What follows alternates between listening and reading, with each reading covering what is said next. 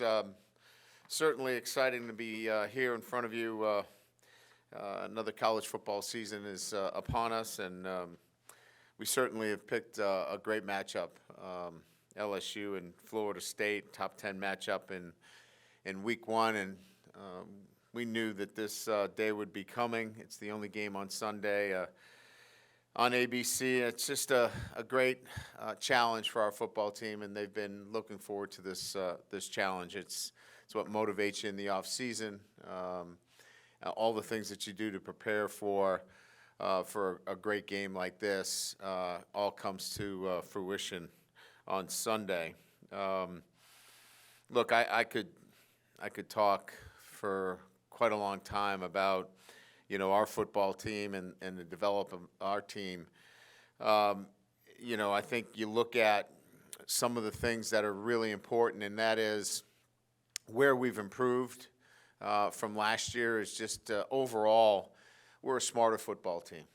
We understand the systems, we understand the process, we understand the things necessary to become more consistent in everything that we do to be a championship football team, and that is, right down to the smallest of details.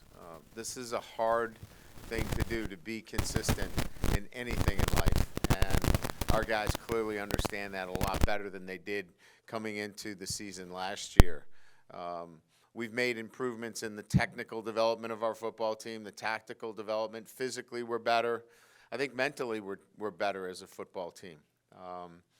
Now you got to go out and execute. And so, we've been preparing since the last game we've played, and now we'll see what this team does when it comes time to perform. I have no idea. I know they've prepared really well, and my experience tells me that teams that prepare well, when they flip the switch to performance, that they can and will perform well. We're going to go against a great opponent in Florida State. Coach Norvell's done a great job in bringing this program into elite status, and they've got great players, and it'll be a great challenge and an exciting challenge for our football team. And so we're gonna get that opportunity to put on display all the things that I've just mentioned that we've been working on. You're also going to get a chance to see some great playmakers. Jordan Travis and Jaden Daniels, two great quarterbacks, two elite quarterbacks that can make things happen. Jalen and Jordan, two guys that can run, can throw, elusive. You're going to see some great wide receivers, guys that can go make plays on both sides of the ball. Certainly on the defensive side of the ball, Harold Perkins, Jared Verse, you're going to see two elite defensive players. So it's exciting playmakers. You're going to see two football teams that want to be physical at the point of attack. Two teams that want to run the football and can run the football. So you might be looking at two teams that mirror each other in a lot of ways. So, pretty exciting, when you talk about a top 10 matchup and two teams that are putting a lot of playmakers on the field. And the great part about it is, we're going to be very healthy from that perspective. When we announced, a month or so ago about injuries, we told you we'd let you know what that looked like. And so, we've got three guys on the injury list. Amani Goodwin will be listed as doubtful.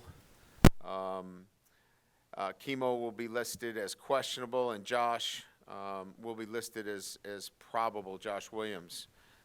So three guys on the injury list, and we'll have one player unavailable to us, and that's Mason Smith. So, and I think that Mason's situation has been addressed.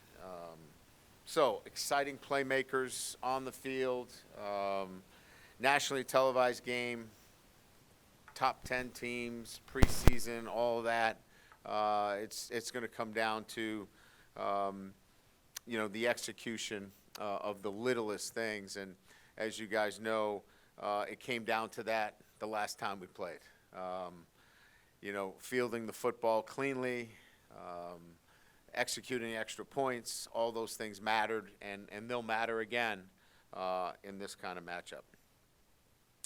Also, a couple other things to point out that we didn't get a chance to talk about in front of us. We internally, we have a history and tradition of awarding jerseys within the program. The number 18 jersey, which signifies and exemplifies the character traits necessary for that person to wear 18. He's got to have the leadership capabilities. He's got to represent incredible traits and somebody that really is going to wear that jersey both on and off the field and representing LSU football. And that number 18 went to Mekhi Wingo. I'm really proud of him. And the number 7 jersey, we went in a little bit of a different direction. And again, I'm quite aware of the history and tradition behind number 7. Defensive backs and playmakers have worn that, and certainly respect all those that have worn it and have represented it in such a admirable way and has a great tradition and history. I'm not trying to make new history, a new tradition. We just felt our playmaker this year and deserved the recognition, even though he was an offensive lineman. We think that they're an important part. We did not want 7 to be just about a particular position. We wanted 7 to be part of our team, and we felt that playmaker was Will Campbell. So will wear number 7 as a patch on his jersey. As we know, an offensive tackle can't wear the number 7, but the spirit of the number still is about what it should be, and that is somebody that represents the jersey as a playmaker, somebody that is certainly a guy that we can count on and represents our program in a positive way. So I wanted to make sure that we talked about that. We'll be announcing captains here after practice, so we'll have captains. We'll make an announcement on that. I want to talk to our team first about captains, and then we'll get that out to you relative to our captains. Today is a day off for our football team, and they're in a recovery day today, so it's a voluntary day for them to be around the building. So from that standpoint, whether you get it today or tomorrow, it'll be imminent relative to the captains of our football team. And that's kind of the housekeeping items that I had relative to internally within the program. So, again, excited about this matchup, going back to Orlando where we played in the Cheez-It Bowl. And our guys are familiar with Florida State, obviously, have a great deal of respect for their program. And, this is a team that's won 6 in a row. And, again, excited to get the college football season going. So with that, we'll open it up to questions.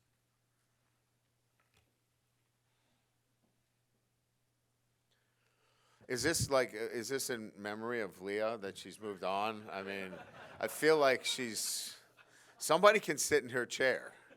I mean, it's like she might just be late. Eerie, She was good, but I mean, she went to Texas. She could be late, is what No, she's not late. She sent me a note and $10, so we know she's not coming back.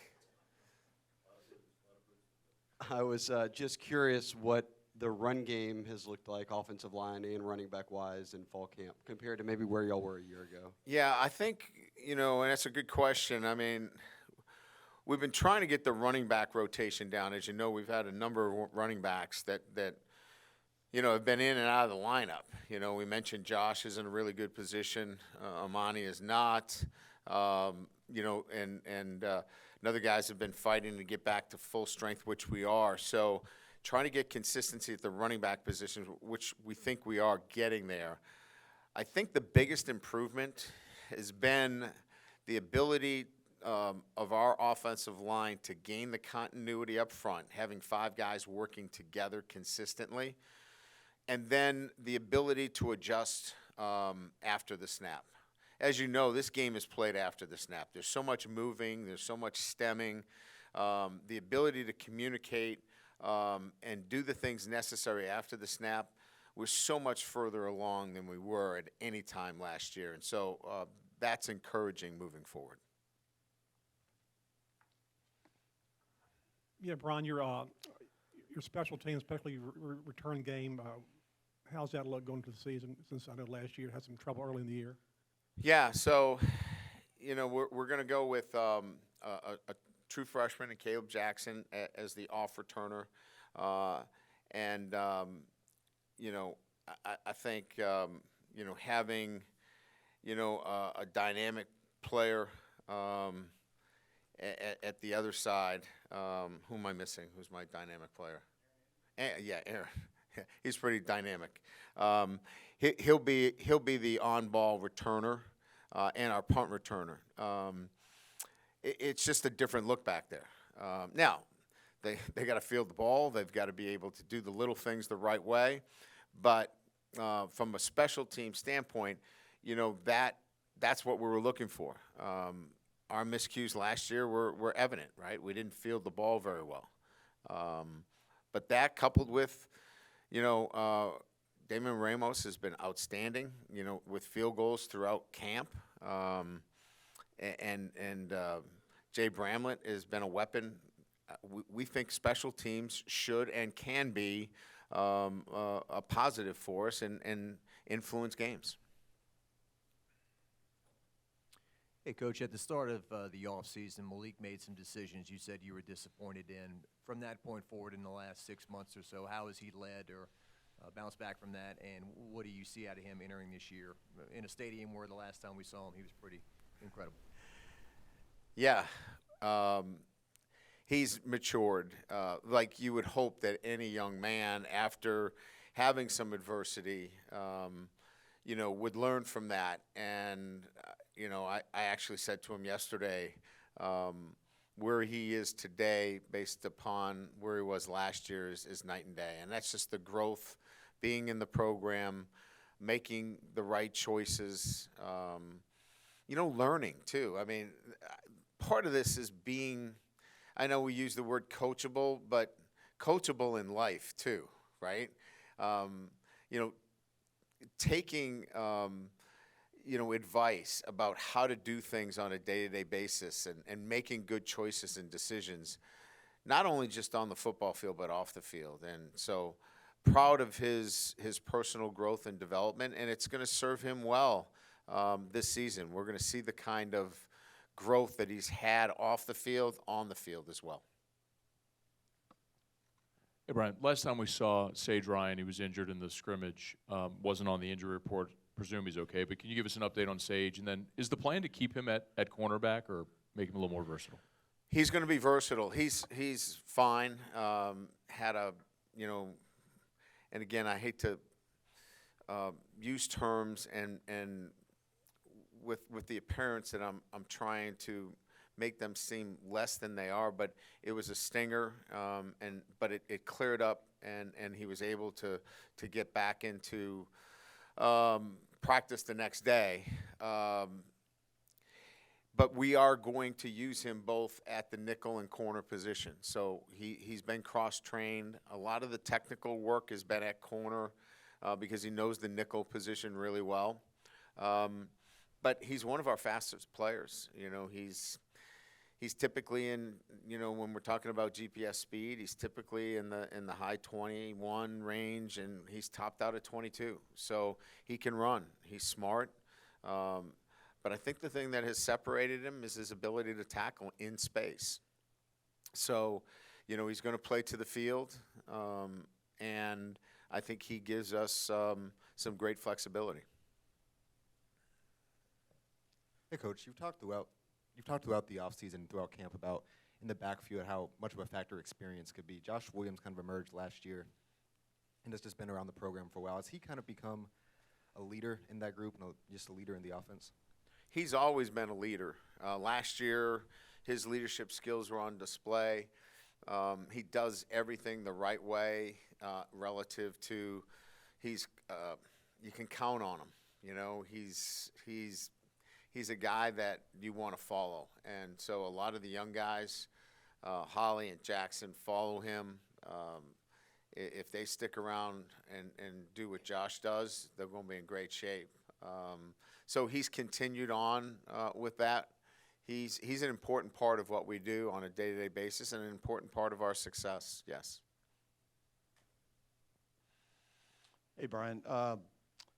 You talked a little bit about the continuity of the offensive line. Just a two-parter here. First, compared to last year at this time, going into game week preps, you guys, I'm assuming you're a little better off, obviously. But if you do have your 8 or 9 together, compared to last year, if you have your 8 or 9 set, do they have enough time to make a move before now on game day? Yeah, I mean, there's not going to be much of a change. I think down the road, as we continue to move, you could see some movement within that top 6, 7. That's very reasonable to expect that there could be some movement there, and that's obviously from some of the freshmen that are coming on. DJ Chester is getting better every day. Obviously Hurd, we've talked about him. Those two guys in particular are making progress every single day. So those two with Martinez, Bordelon continues to improve every day. You've got 8 guys right there that we feel really comfortable about. Chemo's out right now. Hopefully we get him back for the game. He had plantar fasciitis, so we're hopeful. That's a painful thing for your foot, but he's better. But we like what's going on there, and so typically there wouldn't be much movement, but when you're dealing with freshmen, in part of where those 8 or 9 are, there's movement every single day with those guys. Compared to last year, I mean, I think we were talking about who the 5 starters were today. I mean, last year at this time. I'm not even sure if we took a poll in here. We probably came up with 5 different names. Yeah, we're in such a different place than we were last year. And we should be. There's a reasonable expectation that, you should have made progress, from that standpoint. And a lot of it is we started 2 freshmen. And when you start 2 freshmen and you have them go through the battles, the ups and downs of it, it allows you some, foundational pins that now you can work around and start, plugging in the pieces, and we have. You're welcome. Coach, over here on the right, got a big picture question for you. Now that we're officially starting year 2 here, I'm wondering if you see any similarities between this team in year 2 versus some of your other ones that you've had in years past. Yeah, I think every one that I've been in part of, it's kind of like there's so much similarity in terms of, one, continuity within the coaching staff, right? I think you start there. Having your coordinators back, having your staff back, where the communication is so much more seamless. Here's what it allows to happen that people sometimes don't give the credit where it's due, and that is players start making adjustments on their own because they now know the system. They understand what's expected, what they can and can't do. So now there's no all right, you can't do this, you can't do that. What you need to do is organically do the things that make sense within the structure of that play. And so when they understand the systems and they understand what you're doing, they can start to make adjustments on the field. Now, I'm not saying if they've got contained that they can rush inside and try to make a play. I'm saying that they have a lot more autonomy because they understand the systems. And so coaches now feel comfortable giving that up to their players. And we're starting to enter into that area, and that's kind of exciting. That happens in year 2. The other thing that happens in year 2 is you're starting to see a little bit of kind of a unconscious competence where the guys aren't thinking about it. They're just doing it because that's the way they're used to doing it. They don't have to think about it. All last year, we had to think about everything we did, from filling out their questionnaires on their phone every single day. They had to think about that every day, to where they were supposed to be at what time. It's now, they don't even think about it. They know where to be. And when you have that going on, those routines, those habits, that starts to develop within your program, again, a way of doing things. It allows the whole organization to move quicker. Brian, right up the middle, top. Oh, yes. Just following on that question perfectly, just what kind of autonomy and points of emphasis did you have for Jaden going from year 1 to year 2? You know, throughout the year last year, you talked about him being maybe more aggressive downfield. What kind of things have you seen or forced, you know, points to him that you wanted him to improve upon in his last year? Yeah, I think the easiest way to describe it is that, you know, like, for example, in 7-on-7 situations where we're going against our defense, we tried, you broke the chair. That's $20. Listen, we're on a renewal plan here. We're trying to get everything taken care of. It's a slow process. I know. It's crazy. Wow. You should see, yeah. Oh, wow. Rough group. Throwing stones. Yeah. I mean, I think with Jaden, what we've tried to do in that developmental process is, like, think of 7-on-7 in every throw. Every throw is 4th down. So you got one chance here. And I think last year every throw was 1st and 10. So it was check down. It was, you know, look for maybe the easiest completion out there. Throw it back shoulder on the tight end, even if he's covered. Push the ball down vertically. You know, let's go make a play down the field. And I think that development in his own mindset and the way he attacks things is probably where we've seen that growth. And that's been exciting to watch. Coach, would Mason have been 100% if he could play? I think he had an ankle injury. Probably not. I mean, he probably would have been in that range, and we weren't really sure. Probably one of the reasons why you didn't hear from us, because we weren't really sure where he was. He's still not practicing, so at the level that he needs to be practicing for us to say that he would be, if I was in front of you today, he would probably be, you know, questionable for this weekend. And that autograph session, is that something that a compliance department should have maybe caught wind of? I mean, I know you weren't here yet, but just in general, is that something a compliance department should hear about? I wasn't here, so I didn't have enough information. I was brought in on the back end of it. So a lot of those things now are vetted through our NIL office, so we're aware of everything that goes on in that setting. So we hope that those are, first of all, we don't have to worry about those because they're no longer issues. But we would certainly be aware of any of those potential situations. Brian, what updates or what information are you getting about the game with this storm that's approaching Florida and that sort of thing? Yeah, we're just tracking it like everybody else.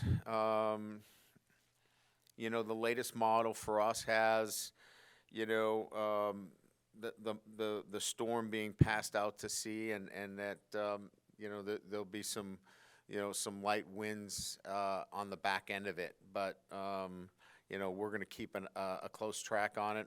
We'll start wet ball drills here tomorrow to prepare for it. But we'll watch it just like everybody else and be prepared for whatever the circumstances. But it looks, unless something drastically happens in the next 24 to 48 hours, it looks like it's clearly going to pass through. And looks like that there's going to be some heavy rain through that area. But clearly, unless the model changes drastically in the next 48 hours, it should be out to sea by the time we get there. Hey, Coach. Just kind of bouncing off the Mason thing, just from an on-field perspective, what have you seen, I guess, from the interior line guys like Wingo and Guillory and some of the transfers you guys brought in and how you guys stack up on the interior D-line for this game?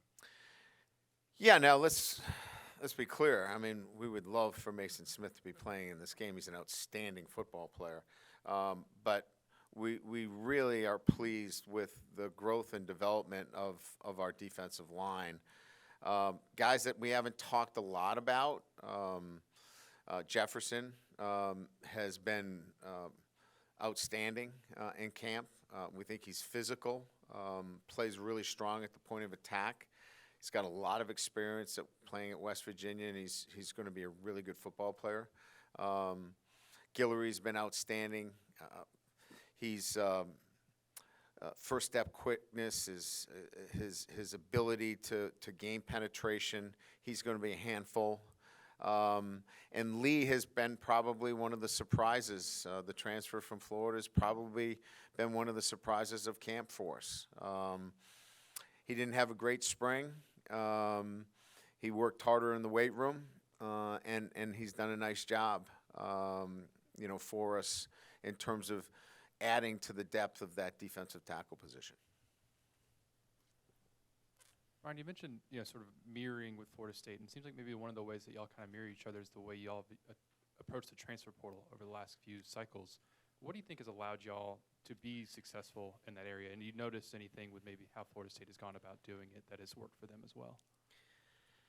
Well, I think, when you're talking about the transfer portal for us,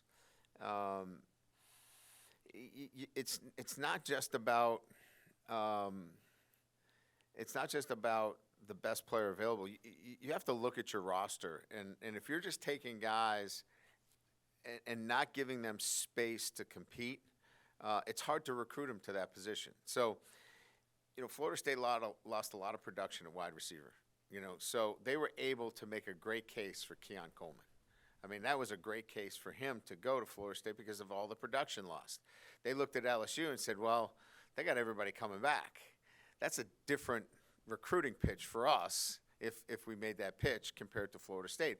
I think in both our cases, we've been very strategic and very pointed on the guys that we've looked at the particular positions that we recruited and said, look, there is a spot here for you to compete and have meaningful playing time. Why did you get in the portal? You want to play. Well, here is a spot and an opening for you. And we're not going to guarantee you anything. You got to go earn it. But I think we've been very strategic in terms of that and the right kind of guy who we're looking for that fits this program. I think both programs have done a pretty good job there. Brian, I'm just curious what success looks like for Harold Perkins this season. Will he still be able to attack the ball and affect the ball the way he did in the past, or will he free up some other guys? Well, I think you're going to see him make plays, all over the field. I mean, his plays came from mostly the perimeter. He's a perimeter player that, made a lot of his plays, getting after the quarterback. He's still going to get after the quarterback, but he's going to get after running backs and tight ends. And I think that's going to be exciting to watch. You're going to see a linebacker, not a pass rush specialist.